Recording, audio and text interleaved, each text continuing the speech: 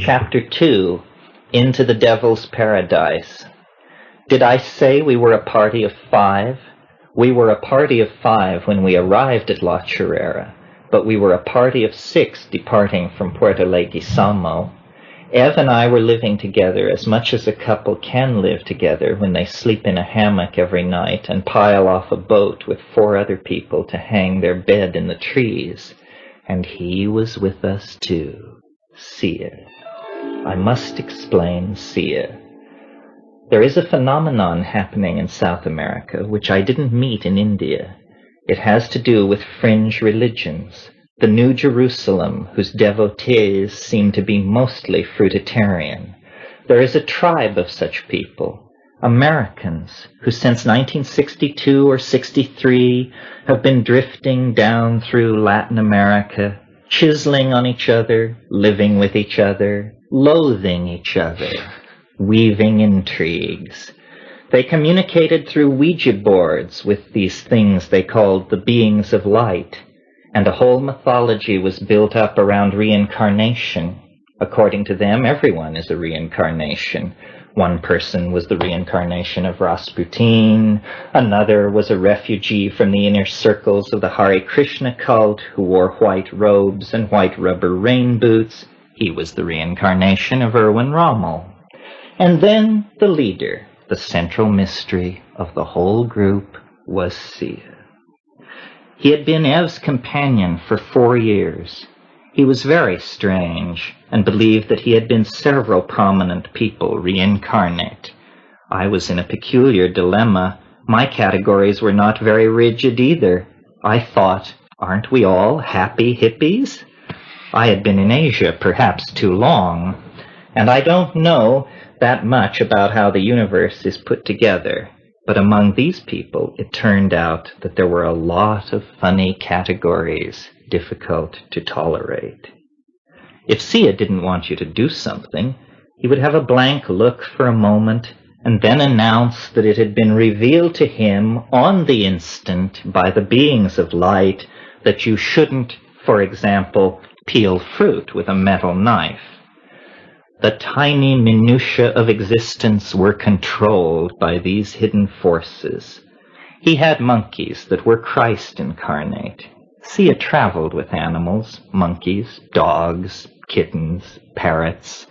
He insisted that all the animals be vegetarian. So the animals were twisted and unhealthy. Their eyes were going around in circles, and he was telling me, this is Buddha, this is Christ, this is Hitler. It was not actually this demented. I exaggerate to give the flavor, but in Sia's head, I'm sure it was this loose. As we put off from Puerto Leguizamo, we were therefore 6, Vanessa, Dave, Ev, Dennis, and myself, and Sia, 6 people. Sia hated me. Ev had left him in San Agustin and come to Bogota, where they had kindly said we could have their apartment. In the 2 weeks while we were getting together the equipment for the expedition, Ev and I began a relationship, or the beginning of a relationship, which may have been a source of resentment for Vanessa. There was a lot of tension around all this. But I said, look, I like this woman, and she speaks Spanish. This was my best argument, appealing to reason. Now, are you seriously suggesting that we trek many days into the Amazon basin with our specious grip on the local language? It makes very good sense that Ev should come. Eventually, there was mutual agreement that she should come with us. However, in the meantime, Dave, who had not kept track of this intrigue, cabled Sia and invited him to meet us in Florencia and come with us into the Amazon. We piled on a vintage Colombian Air Force plane and then landed at Florencia, Dave, Vanessa, Ev, Dennis, and I, Ev's dog, and 10 tons of equipment, which was to be transported down the Putumayo. Sia was at the airport waiting, thinking that the woman he had lived with for 4 years had gone to Peru with the person in white robes and matching rubber boots. Actually, no. There was an emotion-fraught sorting out of all this at the airport fence. Later in town, Ev and I took one room at the hotel, leaving Sia to sort it for himself still further. With there seeming to be no possibility of grace on anyone's part, I was attempting to signal Sia that since he had last seen Ev, her life had taken a new direction and become something else. I was disconcerted and am a bit of a milquetoast, hating tension, so I chose to think that it was out of my hands. He came to our room and said, "Well, it looks like there's nothing here for me. I am planning to fly back to Bogota." Thank God, thought I. Then he went to his room and went into communication with the beings of light. He came back 2 hours later to say, "You can't find it without me." By this he meant the ukuhe. "You don't know anything about the jungle. I'm a man of the forest." He was into an image of himself as a man of the forest. With great reluctance, I went along with this idea. When next we flew, it was on to Puerto Leguizamo, and we now had him, his dog, his cat, his monkey. Sia wore robes. He had a staff with flowing fajas. I had already determined that the boats leave Puerto Leguizamo very irregularly. I thought we would have to wait. Perhaps even up to 2 weeks wouldn't be unusual. The hotel is tiny, the food terrible. I figured we would rub up against each other. Then he would leave. He was being very unpleasant to Ev, and it was a strain for everyone involved. I had actually been with Ev only 2 weeks and thought, these people have been together 4 years. They've traveled to India together. What role should I be playing in all this? But it did not happen as I had anticipated. It turned out that there was a boat in 2 days. And so, in what seemed like hours, the arrangements fell together, and we paid the 600 pesos to secure our fare downriver. At dawn, the appointed morning, all our animals, cameras, I Ching, butterfly nets, plant presses, formaldehyde, notebooks, Finnegan's Wake, all the things that one must have to go into the Amazon, were piled at the river's edge.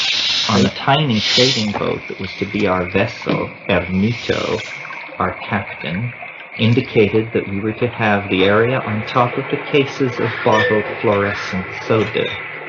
We were informed that it was 6 to 12 days to where we wanted to go, depending on business. Puerto Leguizamo disappeared, and the river, the green bank, the shrill of insects and parrots, the brown water became our world.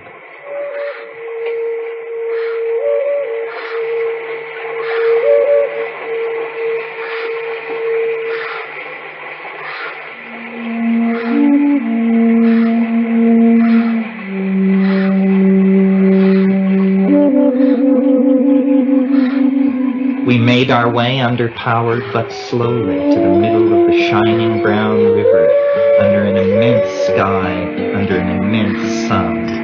A delicious moment when one has done all that one can for a journey and is at last in motion, no longer responsible since giving that burden up to pilot or engineer, boatman or ground control.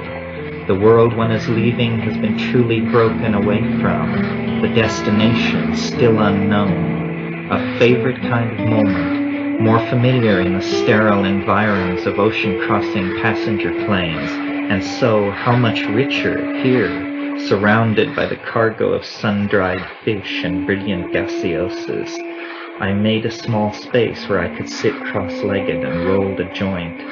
The flow of the river was like the rich smoke I inhaled. the flow of smoke, the flow of water and of time. All flows, said a beloved Greek. Called the crying philosopher. But why crying? I love what he says. It does not make me cry. What a luxury to be smoking again in the tropics, again in the light, away from the season and places of death, away from living under the state of emergency in Canada, on the edge of war-bloated, mad America, mother's death, and coincidentally all my books and art carefully stored, carefully collected, and shipped back, burned, fire and cancer, cancer and fire. Away from these terrible things, sudden fissures in the psychic landscape that open and swallow one's whole world. Monopoly houses, waxy green, go tumbling into fissures in an animated psychic landscape. And before all that, Tokyo, its Jovian atmosphere, the pretension of fitting into the work cycle. How inhuman does one become in an inhuman situation for a little while?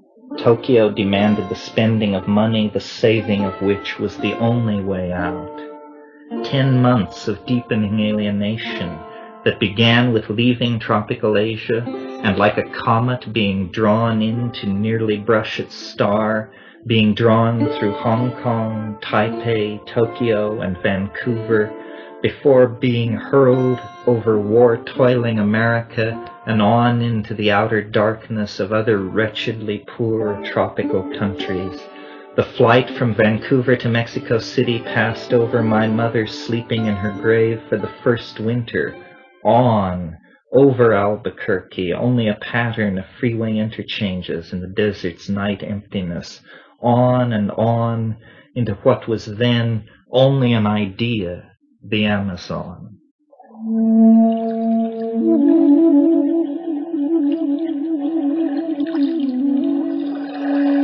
Out on the river, the past could enter the stillness and exfoliate before the mind's eye like some dark rows of interlocking casuistry, forces visible and hidden, stretching back into one's past, migrations, religious conversions, discoveries make each a microcosm of the larger pattern of history on a scale of millennia. The inertia of introspection is toward memory, for only in memory is the past recaptured and understood. In the fact of experiencing and making the present, we are all actors, but in the lacuna, in the rare moments when experience in the present is a minimal thing, an indolent self-examining thing, then memory is free to speak and call forth the landscapes of our striving in other moments now past. Now, the now that is a time beyond the confines of this story, a now in which this story is past, I do not worry the past as I did then. It is now set for me in a way that it was not set then. Not set then because so recent, still to be relived in memory and learned from. 5 days of river travel lay before us, undemanding, freeing the mind to rove and scan.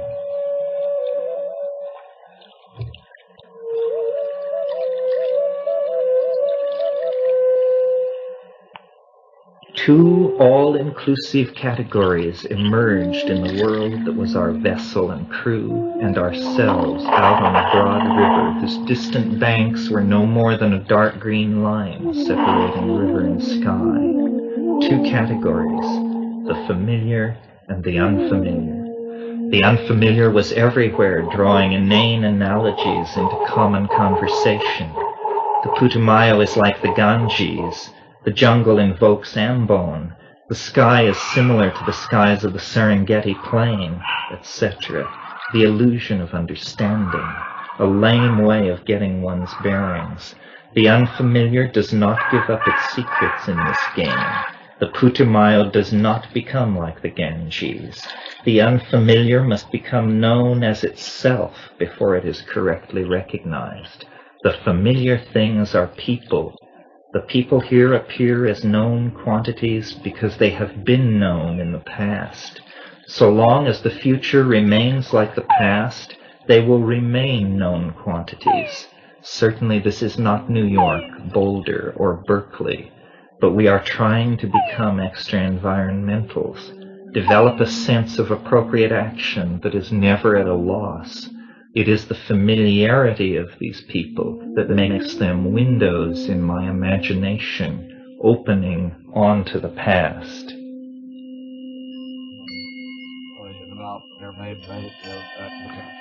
Dennis, of course. He is the time tunnel longest on a parallel track to my own. No need to mention genetics. Back our connection goes until lost in primal unlanguaged feeling. We grew up in the same household, shared the same constraints and freedoms until I left home at 16. But I held close to Dennis, and in the middle of my 21st year, returning from Seychelles to Bombay, in the hold of the British Steam Navigation Company liner Karanja, racked with hives, heartbreak, and dysentery, I was weak, semi-delirious. 8 days of passage from Port Victoria, Seychelles to Bombay was then $68, $35. In spite of being ill, I was obliged to travel the lowest class, or my funds would not carry me home. My bunk was a metal plate that folded down from the wall. Public toilets and the hammer of the engines. Bilge water sloshed from one corner of the passageway to the other. 1,500 displaced Indians from Kenya, victims of the Africanization, were traveling in the hold. All night long, the Indian women came and went from the toilets down my passageway, filled with bilge and engine throb. Without hashish, it would have been unbearable. After many days and nights of this, I awoke feverish in the middle of the night, the air redolent with curried food, excrement, and machine smells. I made my way to the exposed deck on the stern. The night was warm, the smell of curry not altogether lost even here. I sat down with my back against a heavily painted metal box of firefighting equipment. I felt my fever then lift and a great sense of relief come through me. The recent past in the Seychelles and in Jerusalem seemed then to release their hold on me. I had a clear space in which to turn toward the future and discern it. Unbidden then came the thought that I would go with Dennis to South America. It was a certainty.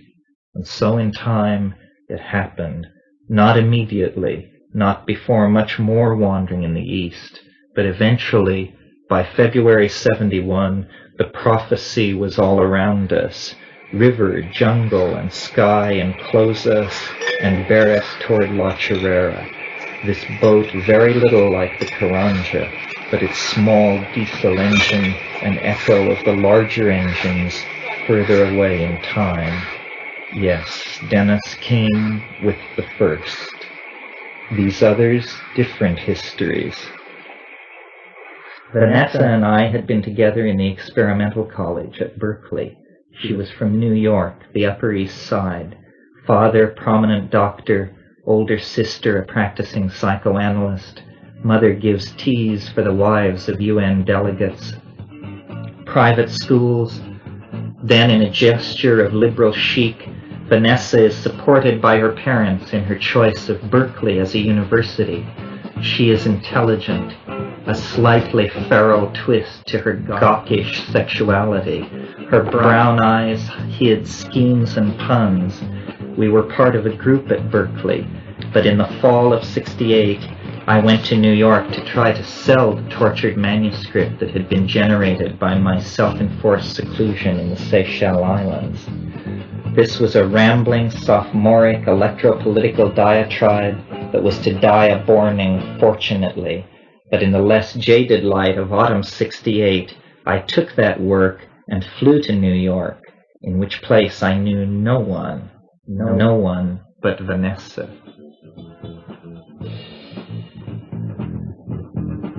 She dug me out of a flop house on West 43rd where I had crash-landed and persuaded me to move up to the Hotel Alden on Central Park West. Musty, but stiff with a Yiddishkeit respectability. Our riverine departure for the heart of Comissaria Amazonas, followed by 3 years, the languid moment when she and I sat together at the outdoor restaurant near the fountain in Central Park. She with her Dubonnet and I with my Lowenbrow. In the eyes of the poor scholar and revolutionary that I then imagined myself to be, the scene seemed staged in its casual elegance. We were talking about Dennis, whom Vanessa had never met. He really is some sort of genius, I guess. Anyway, I'm his brother, and I am quite in awe of him, having seen it all from up close, as it were. And he had an idea that you think has great potential. Actually, that's putting it mildly. I think that he may have seized the angel of Gnosis by the throat and borne the beast to the mat. This idea that he has, that some hallucinogens work by fitting into DNA, is startling. It has a ring of truth that I can't ignore. The political revolution has become too murky to put one's hope in. So far, the most interesting unlikelihood in our lives is DMT, right? Reluctant agreement. Reluctant because the conclusion that it leads to is so extreme, mainly that we should stop fucking around inside the flaming madhouse of fascist America and go off and grapple with the DMT mystery.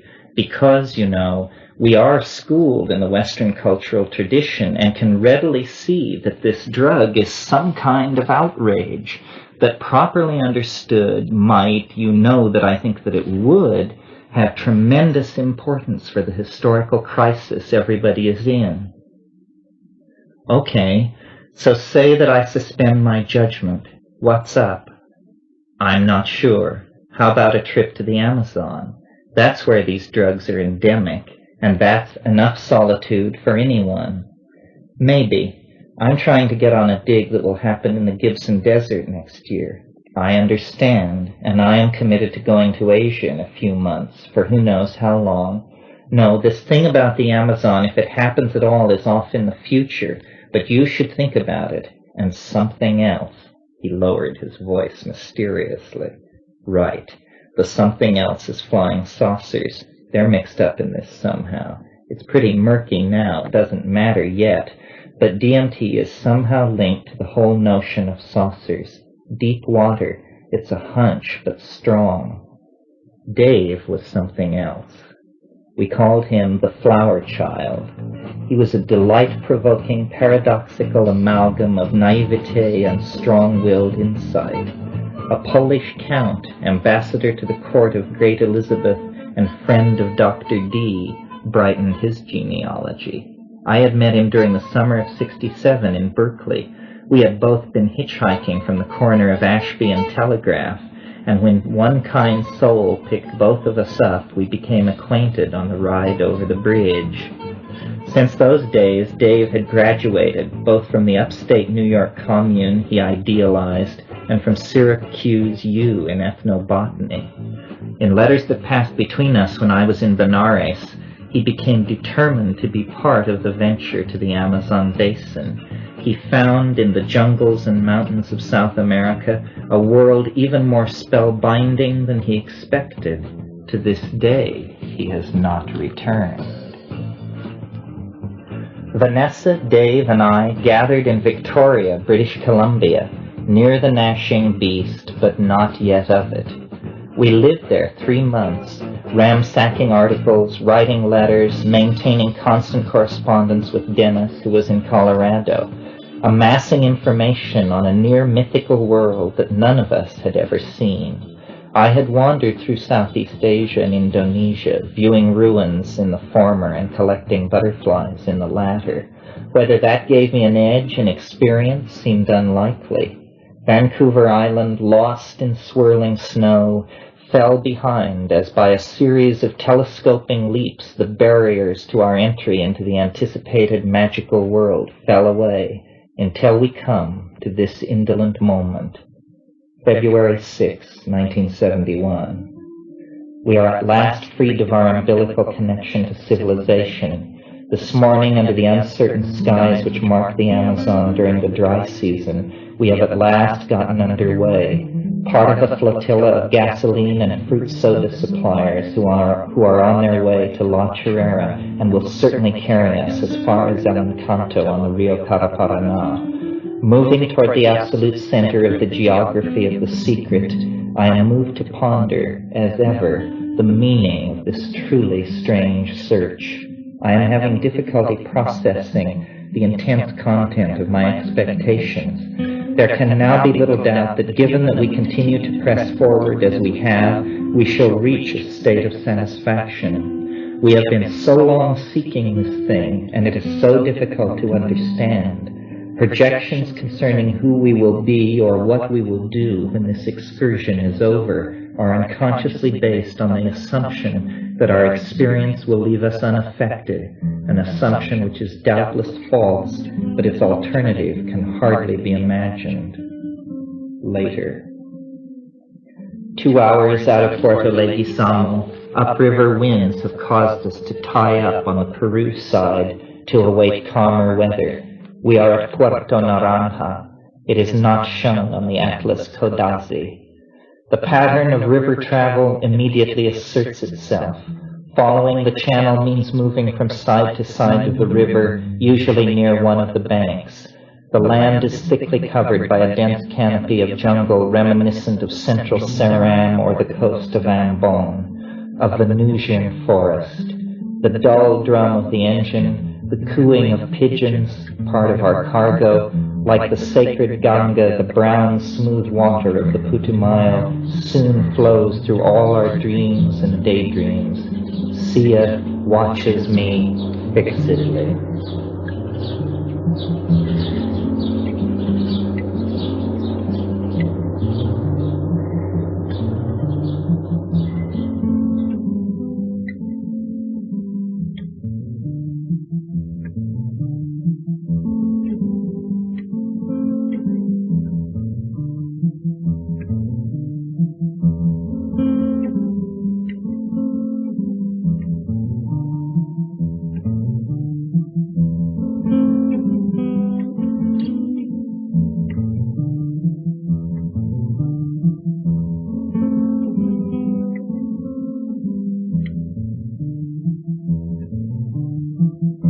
The familiar falls behind, the river is broad.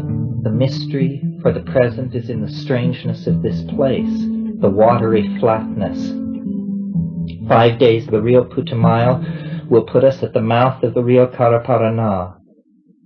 There is a mission there, San Rafael. We are looking for Dr. Horacio Guzman, mentioned in one of our papers as the source of an authentic sample of the ukuhe we are looking for. Guzman is an anthropologist working with the Witoto upriver from San Rafael at a tiny village charmingly called San José del Encanto. This village is situated at the beginning of a 110-kilometer trail through the jungle to La Chorrera. Not only can Guzman be helpful in our search, but he can help us hire bearers for the trek overland. Many days to anticipate this personage. In the meantime, the cramped world of this trading vessel is ours, the Fabiolita, selling plastic shoes, tinned food, and fishing line at the small clusters of houses on stilts that appear several times during each day of travel. We arrive, tie up, and while the jefe of our vessel makes negocios with the colonistas, I take my butterfly net and walk to the jungle, hoping to escape the stinging flies that swarm near the boat landings. Sometimes there are long, opinionated conversations, everyone animated and taking part, which is the operational front. Sometimes the silence falls among us that lasts for several hours, once each of us is comfortable watching the riverbank slide monotonously by or nodding on the edge of siesta.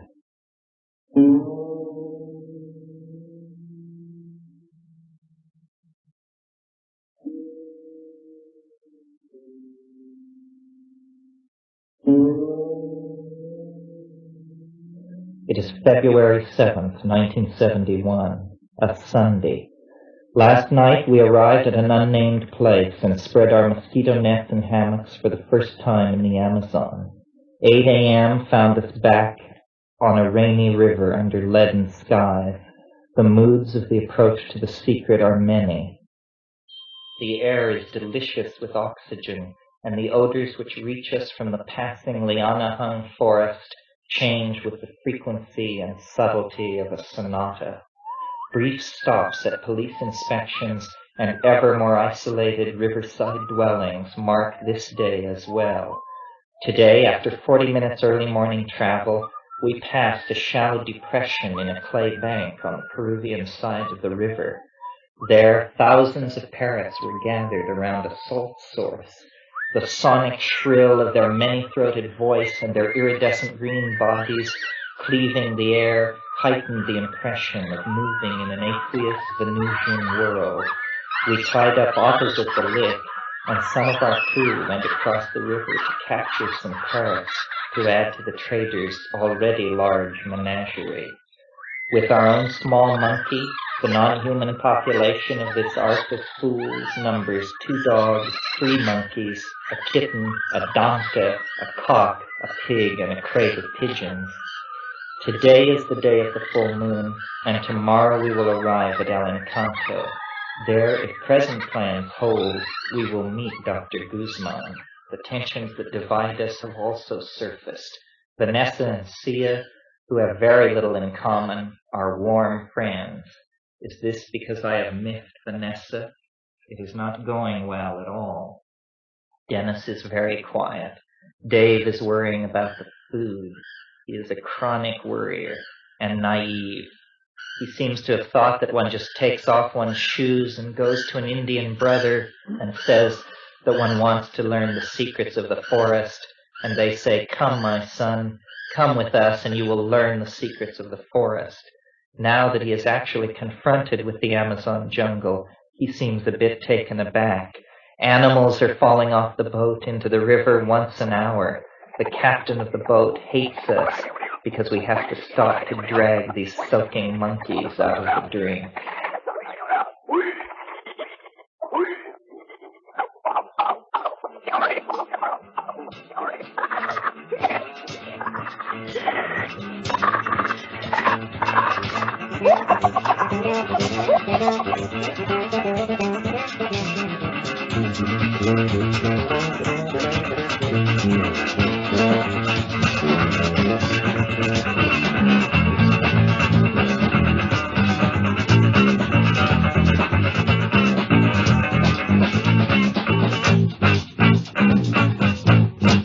Born into a highly intellectual community, went to highly intellectual school. We read highly intellectual books according to a highly intellectual rule. Don't you know what I used to know? Disappeared on the river like falling snow. All ago when it came to love, I was a highly intellectual fool.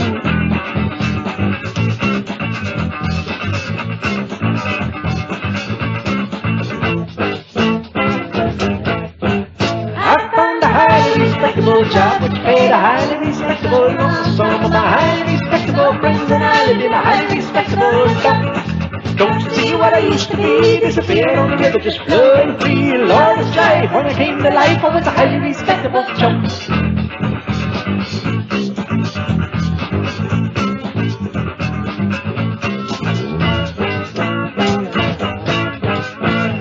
Go down to the river, finally understood. Go down to the river, it can only do you good for nothing good. It can only do you good for nothing good.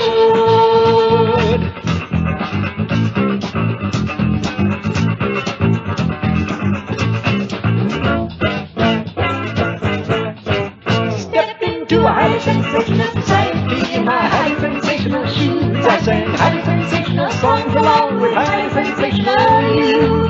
Just to prove that the still can move, meet me at the river, let's roll. That groove. Lord alive, are you here tonight and in a highly sensational mood?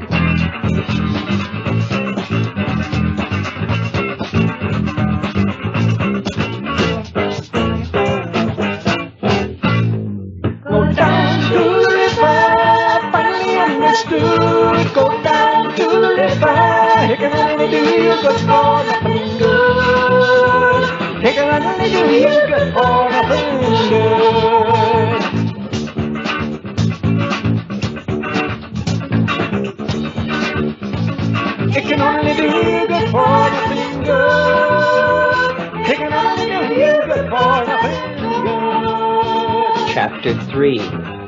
Along a Ghostly Trail.